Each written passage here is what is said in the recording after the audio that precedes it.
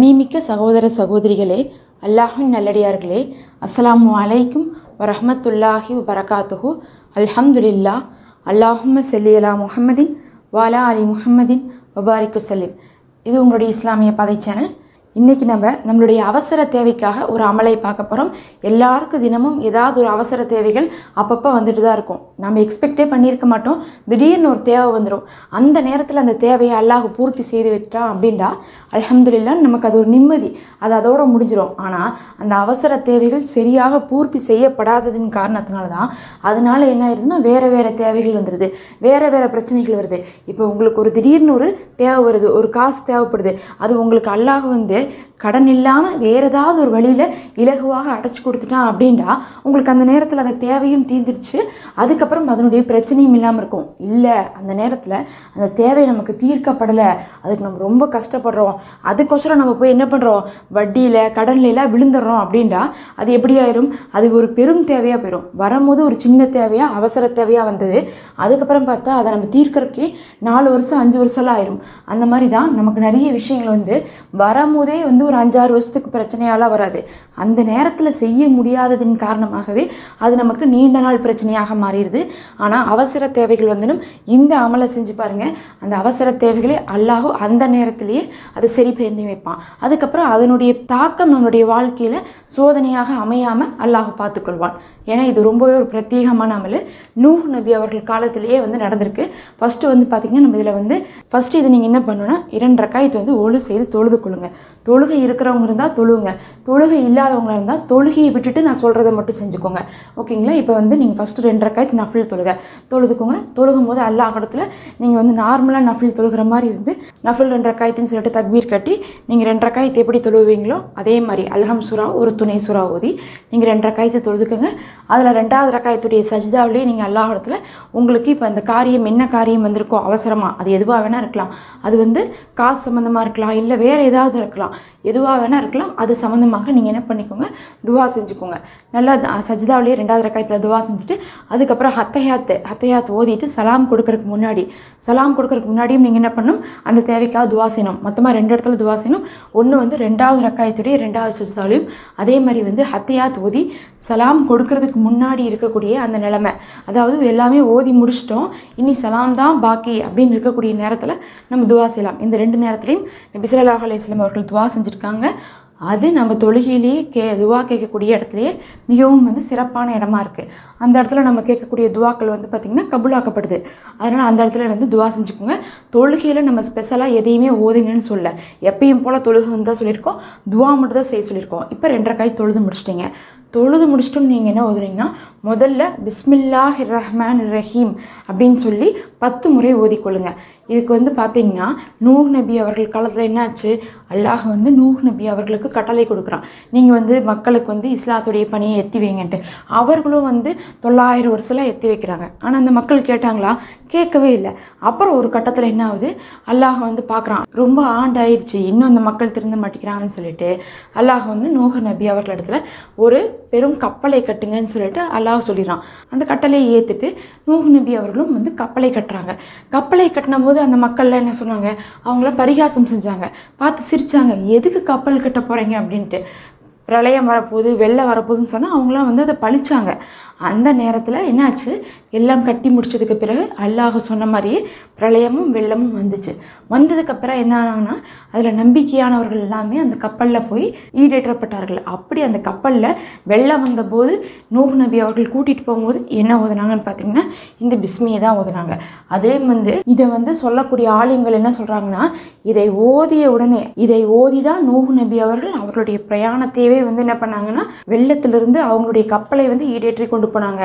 ஏன்னா அவ்வளோ பெரிய பிரளயம் கப்பலில் ஏறாதவங்க எல்லாருமே சந்தேகத்துக்கே இடமில்லாமல் மூழ்கி இறந்துட்டாங்க. அவ்வளோ பெரிய பிரளயம், மலை மேலே பார்த்தா மலைகள்லாம் மூடிடுச்சாமா. அந்தளவுக்கு இருக்கும்போது அதில் ஒரு கப்பல் போகிறது அப்படிங்கிறது கூட சாதாரண விஷயம் இல்லை. கப்பல் கூட மூழ்கி இருக்கும். அது அந்த அளவுக்கான சிரமத்தோடு தான் அந்த கப்பலுமே நகர்ந்திருக்கு.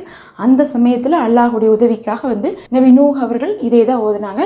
அப்போ அவர்கள் இதை ஓதனவுடன் எப்படி எப்படி அவர்கள் வந்து அந்த சிரமத்திலேருந்து காப்பாற்றப்பட்டாங்களோ அதே மாதிரி ஒரு அடியான் எந்த ஒரு கஷ்டத்தில் இருக்கும்போதோ எந்த ஒரு தேவையில் இருக்கும்போது இதை ஓதினால் அவர்கள் காப்பாற்றப்படுவாங்க அப்படின்னு சொல்லிட்டு சொல்லப்பட்டிருக்கு.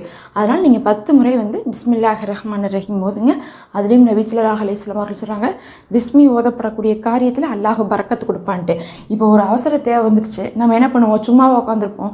கண்டிப்பாக சும்மா உட்காந்துருக்க மாட்டோம். போய் ஏதாவது ஒன்று செய்வோம். இப்படின்னு ஒரு தேவை வந்துருச்சுன்னு சொல்லிட்டு அது எந்த விஷயத்தில் இருந்தாலும் சரி ஏதாவது ஒரு முயற்சி செய்வோம். அதுக்கு முன்னாடி நீங்கள் பிஸ்மி ஓதிட்டாவே அல்லாஹ்விடத்தில் அதனுடைய பரக்கத்து கிடைக்கும், அதனுடைய பாதுகாப்பு கிடைக்கும், அதற்கான உதவி கிடைக்கும். அப்போ அல்லாஹுடைய உதவி, பரக்கத்து, பாதுகாப்பு அந்த காரியத்தில் கிடச்சிரும். அப்போ நீங்கள் போய் ஏதாவது ஒரு முயற்சி செய்யும் போது அதற்கான வழியை வந்து அல்லாஹ்வே கொடுத்து லேசாக்கி வைப்பான். அதனால தான் 10 முறை பிஸ்மில்லாஹிர் ரஹ்மானிர் ரஹீம் ஓத சொல்கிறோம். அடுத்தது 10 முறை வந்து அல்லாஹு முஸ்தஹானு ஓதுங்க. அப்படின்னு என்ன அர்த்தம்னா அல்லாஹ்வே உதவி தேடப்படுபவன் அர்த்தம். அல்லாஹுடைய ஒவ்வொரு சிறப்பு பெயர்களுக்கும் ஒரு பலன்கள் இருக்குது. நம்ம எதை ஓதுறோமோ அது வந்து நமக்கு வந்து பலனாக கிடைக்கும். அப்படி பார்க்கும்போது வந்து நம்ம எத்தனையோ விஷயங்கள் ஓதிருப்போம். ஆனால் நமக்கு அவசரமாக என்ன தேவை? அல்லாஹ்விடந்து உதவி தேவை. ஏன்னா நமக்கு திடீர்னு ஒரு விஷயம் வந்திருக்குது. அப்போ நமக்கு தேவைப்படக்கூடிய அந்த ஒரு உதவியை அல்லாஹ்விடந்து பெற்றுத்தருவதற்கு இந்த இஸ்மு ரொம்ப சிறப்பான இஸ்மு. இதை கொண்டு அழைக்கும் போது அல்லாஹ் ஏதாவது ஒரு ரூபத்தில் நமக்கு அதற்கான உதவியை கொடுப்பான்.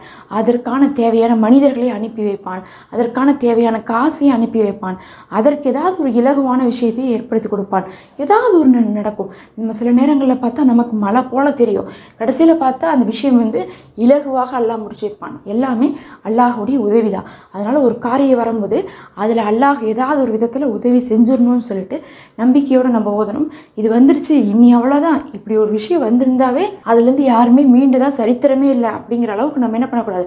உடஞ்சி போகக்கூடாது. அல்லாஹ்விடத்துல தான் வந்து உதவி வரும். அல்லாஹ்விடத்துல பொறுப்பை படிச்சிடலாம். அவன் பார்த்துப்பான், அவன் கண்டிப்பாக உதவி கொடுப்பான்னு சொல்லிட்டு நம்பிக்கையோடு ஓதுங்க. ஓதிட்டு அந்த காரியத்தை செய்யுங்க. அப்படி செய்யும் போது ஆரம்பத்தில் அதுக்கான எந்த ரிசல்ட்டு தெரியாட்டினாலும் கடைசியில் முடியும் போது உங்களுக்கு சாதகமாக வந்துடும். அதனால் நமக்கு நாள்தோறும் ஏதாவது ஒரு அவசர தேவை இருக்கும். அந்த சமயத்தில் தொழுகை இருக்கிறவங்க 2 ரக்காய் தொழுதுட்டு 10 முறை பிஸ்மில்லாஹிர் ரஹ்மானிர் ரஹீம், 10 முறை வந்து அல்லாஹு முஸ்தஹானு ஓதுங்க.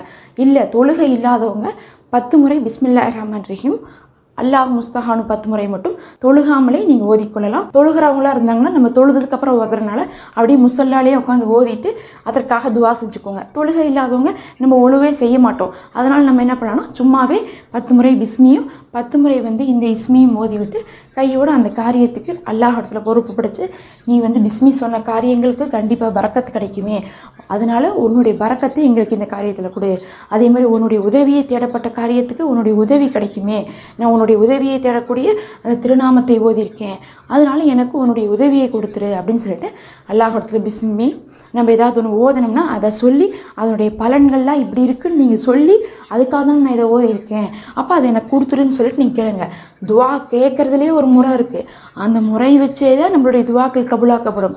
அதை மறந்துடாதீங்க. நிறைய நேரத்தில் அமல்களை வைத்ததை விடவும் துவாவுடைய முறை வைத்து தான் நம்ம துவாக்கள் கபூலாக்கப்படுது.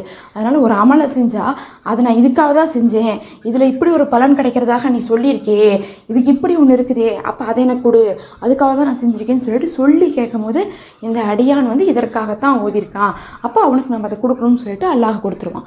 அல்லாஹ்வே போதுமானவன். இது மட்டும் இல்லை, ஜிப்ரீல் அலைஹிஸ்ஸலாம் அவர்கள் கற்றுக் கொடுத்த ஒரு திக்ரை வந்து இன்றைக்கி நான் போட்டிருக்கேன். இது வந்து நம்ம இதுக்கு முன்னாடி பார்க்காத ஒரு திக்ரு, புது திக்ரு தான். அந்த திக்ரை ஓதுறதன் மூலமாக நீண்ட நாளாக, இப்போ இது வந்து அவசர சோதனை சொன்னோமா, அது வந்து நீண்ட நாளாக நம்மள்ட்ட இருக்கக்கூடிய பிரச்சனைகள் நீங்கிறதுக்கான ஒரு விடியலாக அது உங்களுக்கு இருக்கும். அதாவது நீண்ட நாளாக என்கிட்ட கடன் இருக்குது, நீண்ட நாளாக என்னன்றதில் நோய் இருக்குது, வறுமை இருக்குது, நீண்ட நாளாக நான் இந்த விஷயத்தில் பிரச்சனையில் மாட்டிருக்கேன்னு சொல்லிட்டு நீண்ட நாளாக நம்ம லைஃப்பில் இருக்கக்கூடிய கஷ்டங்கள் அனைத்தையுமே போக்கி நம்ம நிலைமையவே அப்படியே புரட்டி போட்டு மாற்றக்கூடிய ஒரு அமலை வந்து ஜிப்ரீல் அலைஹிஸ்ஸலாம் அவர்கள் கற்றுக் கொடுத்துட்டு போயிருக்காங்க. அதை நம்ம போட்டிருக்கோம். ஃபஸ்ட்டு கமெண்ட்டில் லிங்க் கொடுக்குறேன், அதையும் கிளிக் பண்ணி பாருங்கள். அல்லாஹ்வே போதுமானவன். அஸ்ஸலாமு அலைக்கும் வரஹ்மத்துல்லாஹ்.